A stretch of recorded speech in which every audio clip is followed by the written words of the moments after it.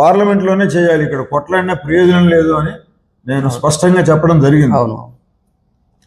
అలా ఉన్నటువంటి పరిస్థితుల్లో ఇవాళ అది భగవంతుడు ఎక్కడున్నాడంటే యథా యథాహి ధర్మస్య అన్నట్టుగా ఇవాళ మోడీ గారినే భగవంతుడి రూపంలో ప్రజలకు చూపించారు. అది రాత్రి నేను 4:30 వరకు కూడా టీవీతో కళ్ళు ఆర్పకుండా చూశాను. ప్రతి వ్యక్తి ఎవరు మాట్లాడారు, ఏ విధంగా మాట్లాడారు అనేది ఇది అందరూ కూడా ప్రజలు గమనించాలన్నమాట. నేను మొట్టమొదటిగా చెప్పేది ఏంటంటే, ఈ యొక్క కష్టాల నుంచి ఈ ప్రజలందరూ, అంటే మేము ఇక్కడ ఉన్నటువంటి వాళ్ళం 10,000 కుటుంబాలు మాత్రమే, కానీ ఈ రాష్ట్రంలో ఉండేటువంటి వాళ్ళు కొన్ని లక్షల కుటుంబాలు, ఈ దేశంలో ఉన్నటువంటి వాళ్ళు కొన్ని కోట్ల కుటుంబాలు.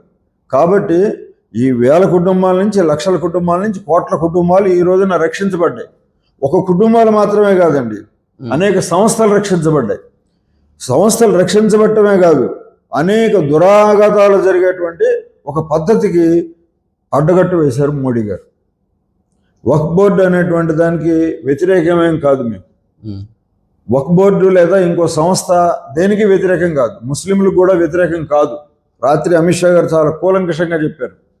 మేము వ్యతిరేకమని మీరు అంటున్నారు, ప్రతిపక్ష